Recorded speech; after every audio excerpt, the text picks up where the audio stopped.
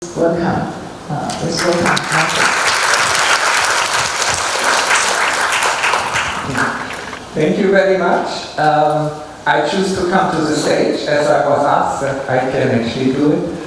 So this was a very nice presentation for starting this conference because it demonstrates to us the effect which actually consciousness has on a planetary level. Because, as Carl Gustav Jung said, all culture is an expansion of consciousness. So we create culture on this planet to expand our human consciousness. So it was shown as the rise of human civilization, of human culture, when after the last ice age, 12,000 years ago, human culture arose and started to build civilizations on this planet, which are an expansion of consciousness, of collective consciousness, to which each human being is contributing. So the effect which we see on global warming and the strong changes on this planet are already an effect of consciousness. So there is a very strong interaction between our consciousness and the environment in which we are living. So we are living in a quantum world. What does it really mean? Because in the academics, especially in the West, if you speak about living in a quantum world, you're always under suspicion of creating some quantum magics, of expanding quantum physics, of the philosophy or the insights of quantum physics, which arose more than 100 years ago here in this world, to an area where it doesn't apply, and you're becoming esoteric. I have faced many of this opposition. So I'm going back to one of my main teachers. His name is Carl Friedrich von Weizsäcker. He was an assistant of Werner Heisenberg, who is one of the main fathers already mentioned today of quantum physics, after the grandfathers, which were Max Planck and Albert Einstein. So Carl Friedrich von Weizsäcker said, the existence of separate objects is already the classical approximation. And the existence of separate subjects, as we are, is also the classical approximation. Classical approximation means the realm of classical physics, where separate objects exist separate to each other. But he extended it to the subjective area that we, as an individual consciousness, also only exist in the classical approximation. But obviously, we are living in a classical approximation. We are living in a world of classical physics. But this doesn't mean that there is not the other world, the other reality, because we know by nature everything is quantum. An electron only exists in the quantum world. An atom only exists in the quantum world. Chemistry we can only do because there is a quantum interactions of electrons and atoms. So the basic level of reality is the quantum world. So the basic level of reality is a world in where, according to Weizsäcker, no separate objects exists. It's not only that everything is connected to everything, but it is one reality. On the subjective level, which all the ancient spiritual traditions teach us, that our separate existence as individual consciousness is only, as Weizsäcker calls it, an approximation. It's only a projection into the classical world. But the climate on this planet, as well as our culture, is a product of the classical approximation. But there is a deeper underlying reality. One of the recent Nobel laureates in physics, Anton Zeilinger, he is from Vienna, an Austrian physicist who's also called Mr. Bean. You all know Mr. Bean? This is, Mr. Bean, he's the comedian from Oxford. But Mr. Bean, Anton Zeilinger, managed to beam an atom from Tenerife to La Palma, which is 147 kilometers away. So by quantum entanglement. And he got the Nobel Prize in physics some years ago. And he said that the most fundamental level of reality, on the most fundamental level of reality, it is pure information. This is the quantum level of reality, which is described by the wave function, which is dominated by superposition and entanglement. Superposition means that on this level of information, that all possibilities of future exist simultaneously, and they are superimposed on each other. And then, through an act of observation, which is a conscious process of observation, the classical approximation is created, which is a level 2 of information. So there are two levels of information. Level 1 is described by the wave function, which is a world of superposition, which is a world of potential, quantum potential. I call it level 1 information. And there is a level 2 information, classical information, the classical approximation, which we create by observation. If we observe, for example, we observe an electron, we observe its position, then we find it at a certain place X. So we have a concrete information or actual information about the position of the electron. Before it has been observed, it was in a state of superposition of many, many different possibilities where it could be detected. So there are two levels of information. The deepest level of quantum information, which is pure potential, and the level of observed reality, physical, classical approximation reality. And that's the world which create through observation. We create it through individual observation, but also through collective observation. It's very, very important because there is a relational model of quantum theory where each of us only collapses his immediate environment, which is available to his senses by his observation. Everything else stays uncollapsed, stays as a potential. So we are creating reality, each of us, by individually going through the world and observing it, but collectively communicating to each other. We are aligning our observations, and in this way, we create a collective world, which we call the objective world. So what's the difference between the subjective world and the objective world? The subjective world is the world which we create by our individual observation. And the objective world is a world which we share with others. So through communicating our observations, we are creating a collective reality. And collective means objective. If I ask you, do you see this? And you say, I also see it, and someone else will confirm it for me, then we believe it's reality. Like there's a beautiful movie called A Beautiful Mind, about a Nobel laureate, Nash, John Nash. And yes, so it's a very beautiful movie. And there is a scene where he's in front of the lecture hall in the university, and some elderly gentleman approaches him and asks him, "You're Professor Nash?" And before answering him, he's calling a student and asking the student, "Do you see him?" And the student says, "Yes." Okay, then he decided to talk to him because he knew he's real.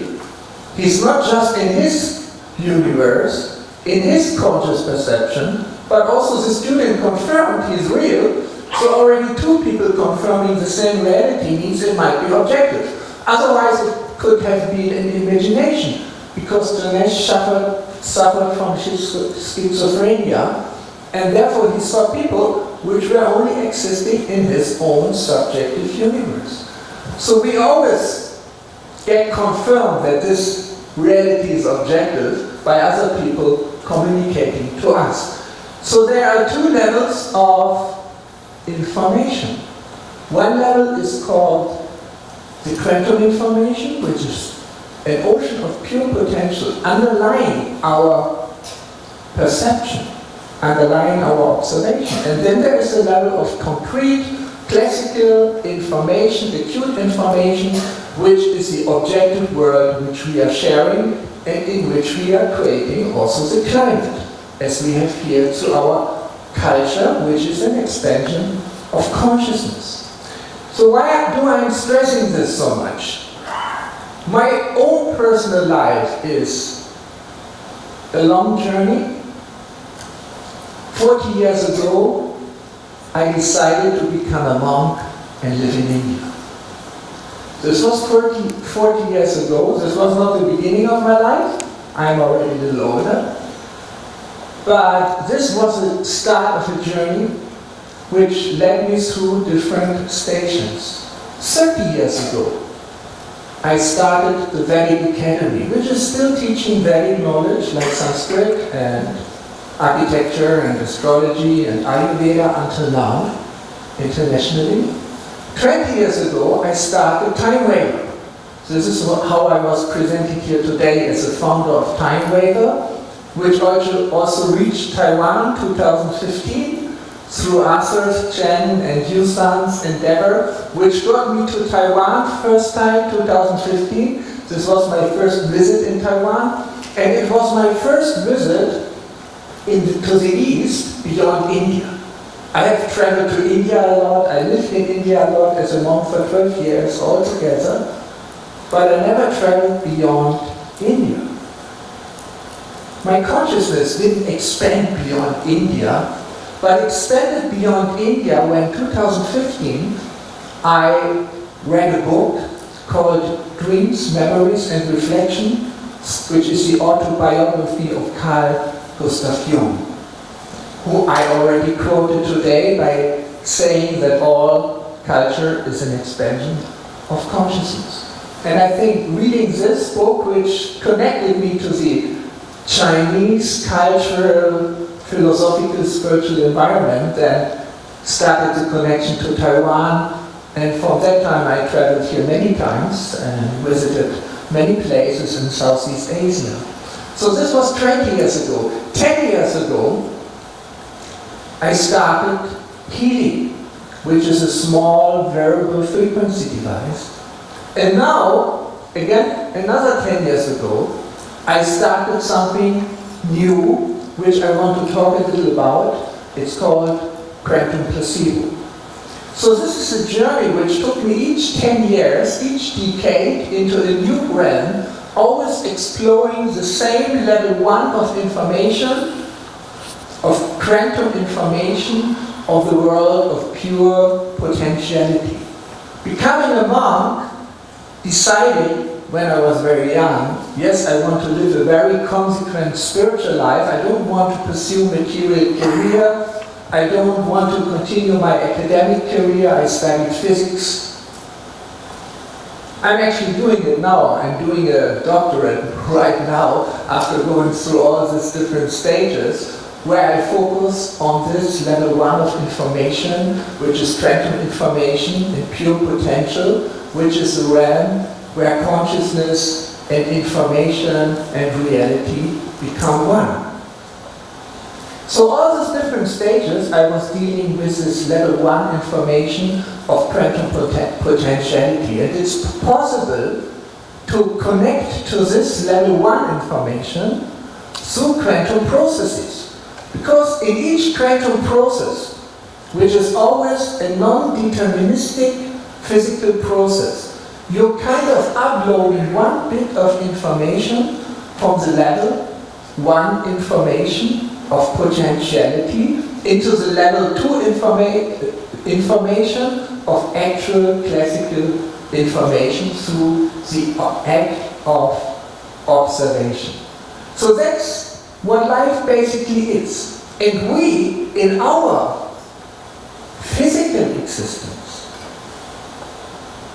which cannot really clearly be distinguished from our consciousness or spiritual existence, due to the oneness which we understand, so quantum physics, which Carl Friedrich von Weizsäcker quoted. And I would extend Weizsäcker's quote, saying that separate objects is a classical approximation, separate subjects is a classical approximation. I would also say that the separation of subject and object, subjects and objects, is just a classical approximation. That on a deeper level, level 1, we as a physical and we as a conscious being, again, are one. There is no difference on this level. It only appears as a split between object and subject on level 2. So these 2 levels exist within us on a very, very fundamental level. Because what we are basically, because we are thinking, observing, conscious beings. So how are we a conscious being being simultaneously a body in this world? How does it work? So if you want to search for this miracle, which is the last enigma, my first book, which I published in 1994, called Science and Consciousness, has a subtitle, The Last Enigma, because there was another Nobel laureate, Francis Crick. He wrote a book called The Astonishing Hypothesis, where he said, science solved all the enigmas of the world. We know how the universe came about. We knew how life came about. He discovered the DNA code. So there's only one enigma left, the enigma of consciousness. And soon science will have solved it and have proved it's nothing else than material processes. I think he was right and simultaneously wrong, because he wanted to reduce consciousness to material processes.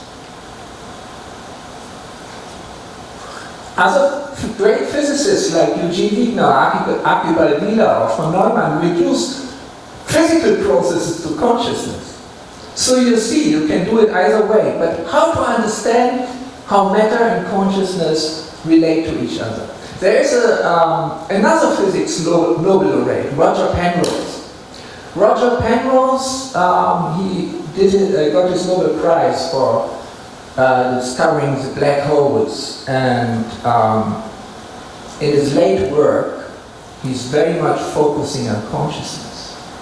So his understanding of consciousness is that it is a fundamental quantum property of space itself. How? Space, in the theory of general relativity, is related to gravity. So in very fundamental processes of gravity, of quantum gravity, a space develops in a superposition of 2 states. Gravity develops in a superposition of 2 states, and these 2 states energetically separate from each other too much, and a tension is generated.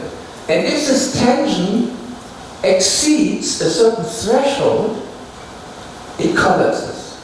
He calls this the theory of objective reduction.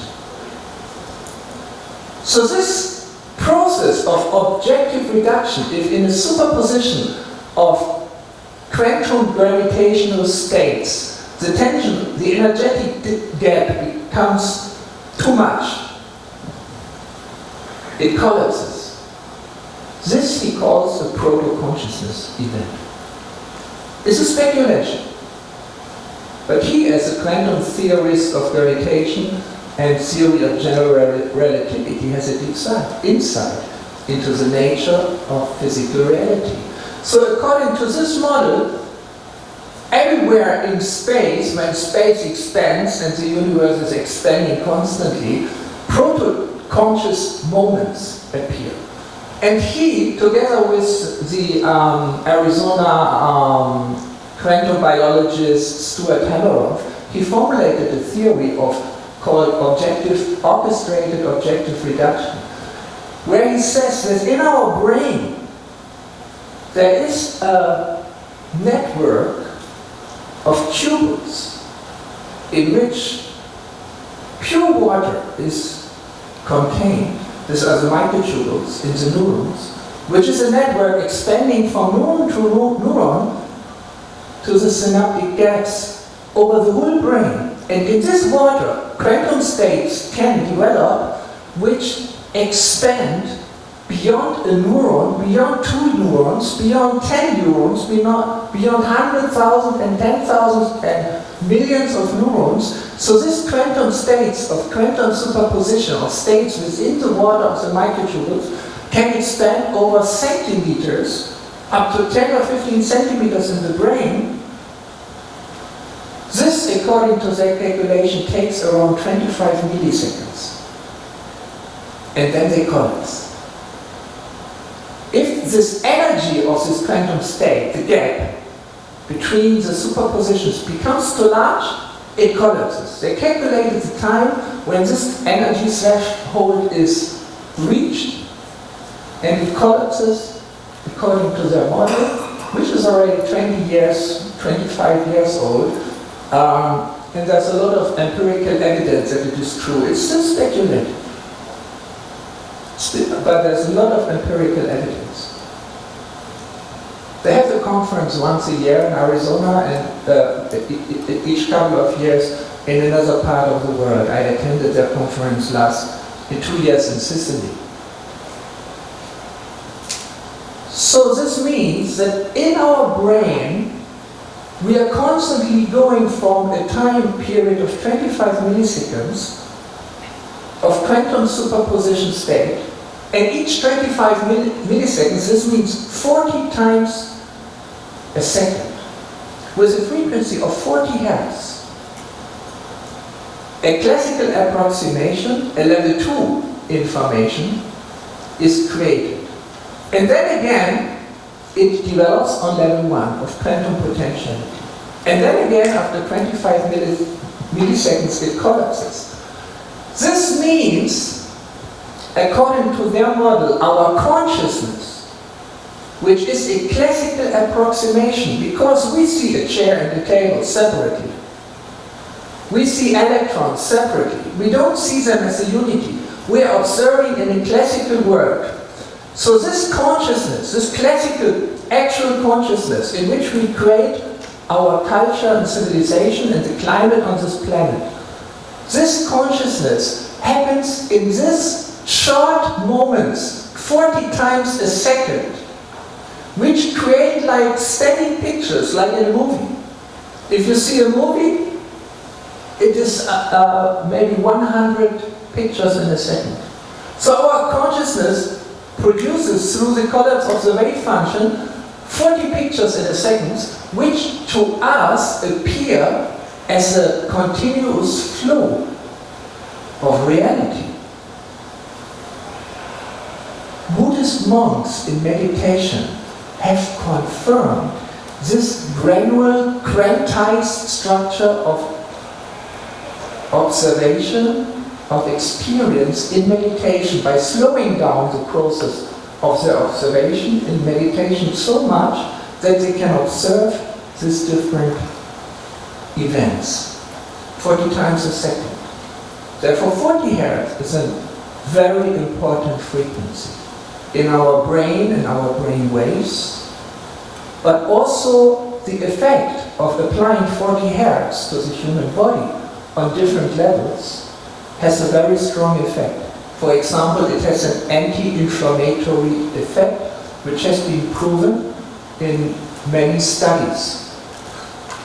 So these two levels of information are there, and my personal work, as it expanded through the last 30 years of starting very big calorie, then time waver, then Healy, and now what I call placebo, is dealing with this fundamental level of quantum information and using it as a resource. So I contact, in the technology which I have developed in time waver, I contact this level of one information through quantum processes. Here I have a small device called time waver mobile quantum, which at its core has a chip which we have developed in Germany, which produces 64 million quantum events in a second. Quantum events of photons. Photons which hit a semi-permeable mirror, through which they can either tunnel through or being reflected, creating a digital 1 if they have the energy to pass through it, or 0 if they are reflected or rejected. They are kind of answering the question of yes or no, giving a digital 1 or a digital 0. And this decision is a pure quantum event. Can you please show this video? We have recorded a short video to give you an insight into this technology.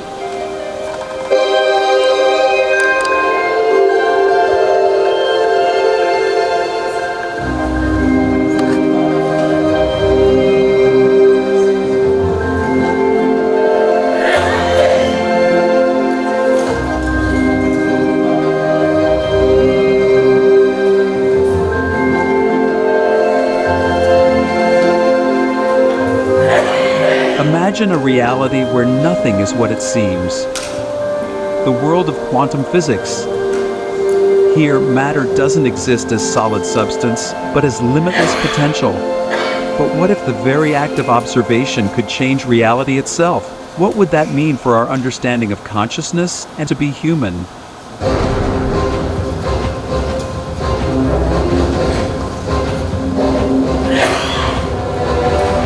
At the heart of this fascinating reality are two phenomena, the observer effect and the beam splitter effect.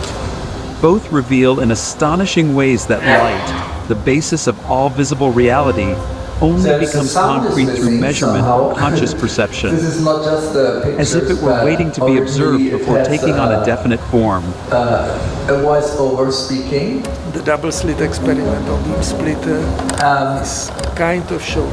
Unfortunately, it's not there, so we don't hear Professor Rack talking about the mystery of quantum physics and how observation actually creates a reality which can be seen in the double-slit experiment. Which tells you that the particle that I'm really confused why the sun is not there. The quantum interference is we have shown it.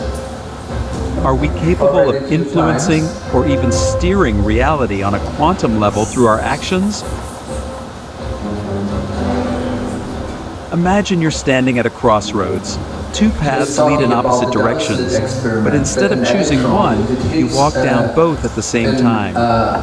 An obstacle where it has two pathways say that the light can behave as a particle and wave, that the electron actually passes through both of the slits simultaneously, and then after, behind this two slits, it creates an interference pattern. Can be interpreted as a, as an effect caused by particles. As a key to the information field, the time waver mobile quantum bridges the mechanisms of the observer effect and the beam splitter effect.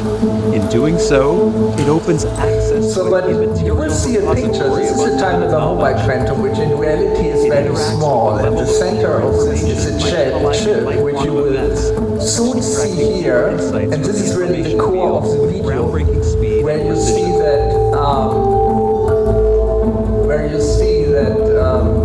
Before photons can either pass through or being reflected, and access the information field. in this way, quantum This information information field is a level of unlimited knowledge uploaded from the level of pure potentiality to the concrete level, and we can have access to this deeper level of We analyze information in light the quantum universe. events to explore the information field with breathtaking speed, delivering an exceptional level of quality and accuracy. Qualität und Präzision an den Tag.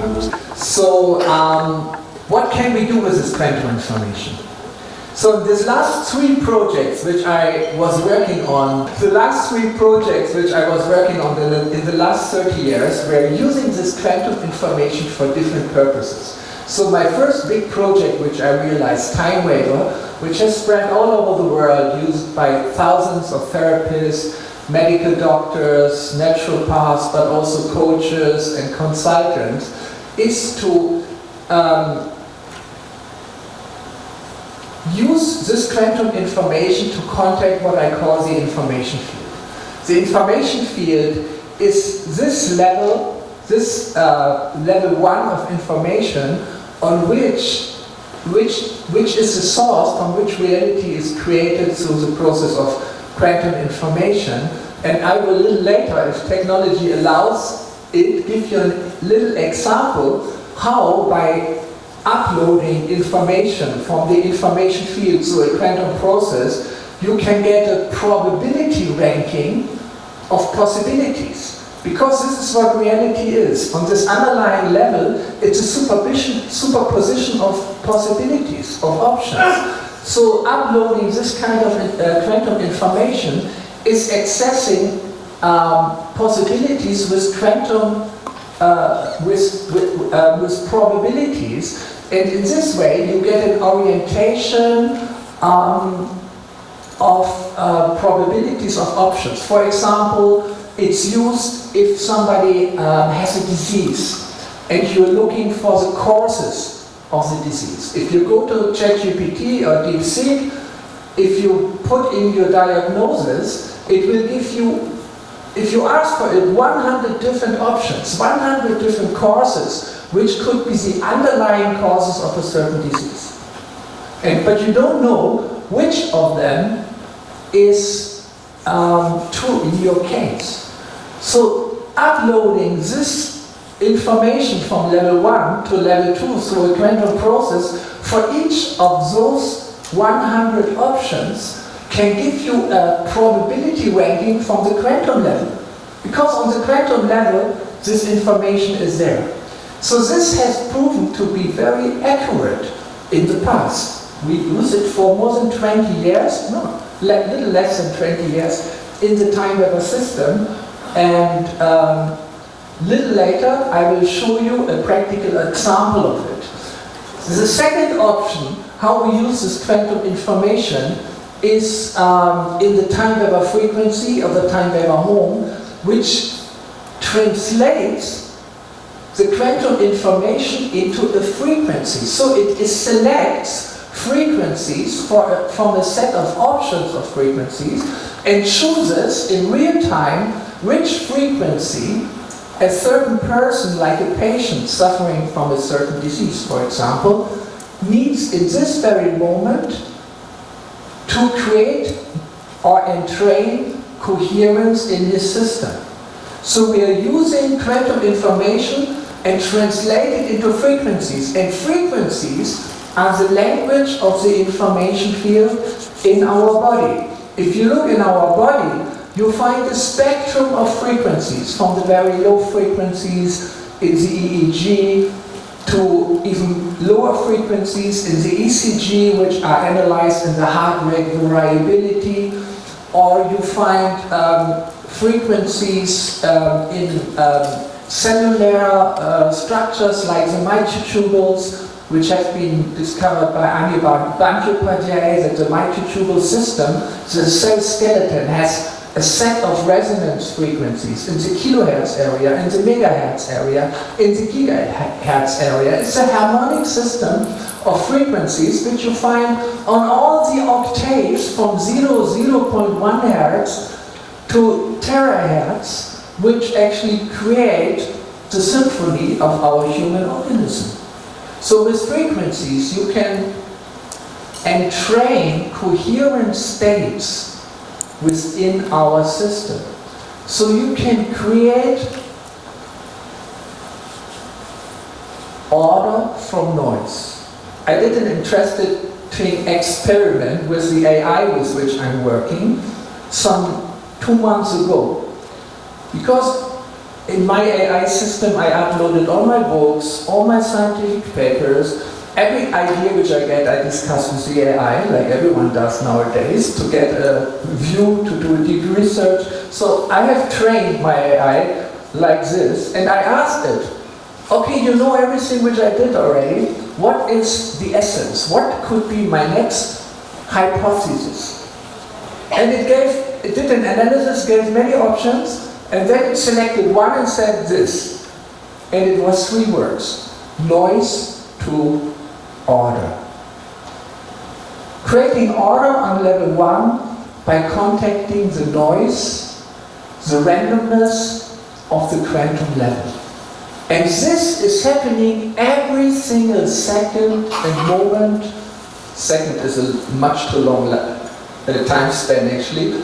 In our cells, our DNA is embedded in a very warm, wet atmosphere of water and other molecules with a Brownian movement. It's a thermic noise which constantly hits the DNA, and the DNA translates this chaotic energy, this noise, into light, into coherent light. It accumulates the energy and transforms it into photons. And these photons create a very weak quantum electromagnetic field through which the DNA and the cells communicate with each other. This is called the biophotons. So noise to order is a principle which I'm using in all these technologies, contacting the level of quantum noise, quantum randomness, and creating order, for example, by translating it into frequencies, and in this way entraining coherence. And the very fascinating thing about this quantum noise, and there has been a lot of studies on this, for example by Professor Robert Jahn, Brenda Gunn, Professor Roger Nelson from the Peer Lab in Princeton University more than 25 years ago, 30 years ago, looking at how consciousness can influence quantum noise. Quantum random number generators can be influenced by intention and consciousness. So this quantum information reflects intention of consciousness, and then through going up to level 1 creates order. And this is how consciousness creates the order of reality. This is what Carl Gustav Jung said.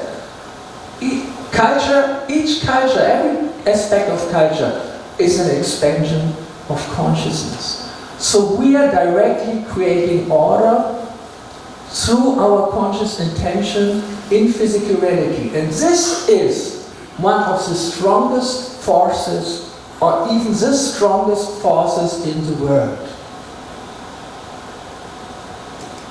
There's research, more than meta studies on more than 10,000 of clinical studies have shown that up to 82% of the effect of all medical interventions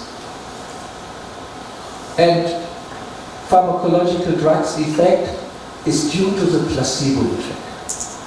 The placebo effect is making, in many medical interventions, up to 82%. Imagine, this seems to be the strongest healing force which a human being, and we as a human culture, possess. Placebo. Placebo is considered to be the enemy. In all clinical studies, you have to beat placebo. Placebo is the enemy of the pharmacological industry. Because in order to get a new drug registered, it has to be better than placebo. So placebo is considered to be a nuisance, it's considered to be an artifact. But actually it is the strongest force which we as a human being have. So placebo has two dimensions, classically. First dimension is expectation. It's a psychological dimension. You expect it works, so it works. Second dimension is meaning. You do something where you attach meaning to, an action, an activity to yourself. You take a pill, you get a needle in acupuncture, you take it globally in homeopathy. These are all three very powerful, very ancient placebo systems. Using expectation, using meaning, and now, and this is where I want to get to, using a third dimension of the placebo effect, which has not been recognized yet, which I call the quantum placebo. I suggest, and I have just published a paper 3 days ago in neuroquantology called the quantum placebo, towards a third dimension of connecting quantum physics to placebo research. You find it on academia. This third dimension of the placebo effect is the direct quantum interaction between intention and the biopsychological state of the body. And it has been proven in many studies. If you look at studies of homeopathy, if you look at studies of acupuncture, if you look at studies which have been done with Reiki or with other subtle energy healing methods, you always find the same patterns. They behave in a certain way. Some studies are good. Then if third parties start to repeat it, the result declines. If you do the blinding in-house, you have a great effect, P far below 0.1. But if the blinding is done by someone who's external to the team, suddenly the effect disappears. You get crazy. How does it behave? It behaves like a quantum system. It behaves like a quantum system which collapses under external observation. But individually the effect is always there. Therefore in Germany the authorities want to forbid homeopathy. In other countries like India, it's considered to be a national health system like allopathy. It works. In the individual case it works, but trying to objectify with a gold standard of medicine, testing it against placebo, the effect seems to disappear because you are testing placebo against placebo, but you are testing quantum placebo, where you find even an entanglement between the vero and the placebo group. It's a little complex, so if you read it, or if you go to academia on my academia page, there is a 5-minute podcast which actually comprehends the article, which is more easy to comprehend. So quantum placebo is the power of quantum information amplifying the intention to be healthy, to live a healthy life, to live a healthy, long life. And the more your life is filled with meaning, the more you consider your life meaningful. Means you get up enthusiastic in the morning because you have another day which you can fill with meaningful activities. This meaning supports your biopsychological health and system. The stronger the meaning, the sense of meaning is, the stronger the coherence in the fields of your body, the stronger your health. And this is partially a psychological effect, but it's partially a pure quantum effect. And there's a lot of empirical evidence which actually proves the direct quantum nature, the quantum-like behavior of human health. So this is what I wanted to transport today or communicate today in my lecture, that if you use the resource of quantum information, which can be technically contacted through quantum processes, like in the time of mobile quantum, for example. But they are also happening in our brain, 40 times a second.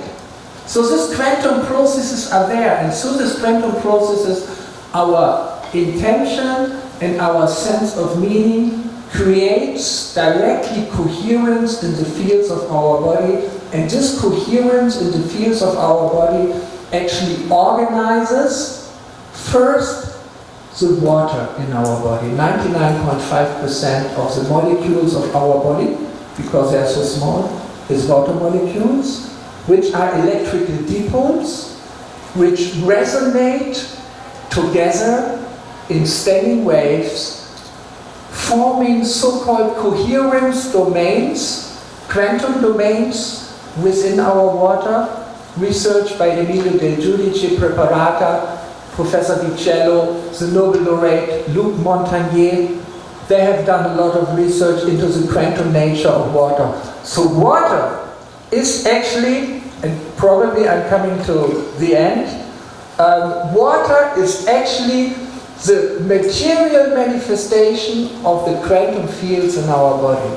So intention of our consciousness influences through quantum entanglement the coherence within the water of our body. The meridian seems to be one-dimensional coherence domains within water also. There is a paper published by the Giappellicello about it.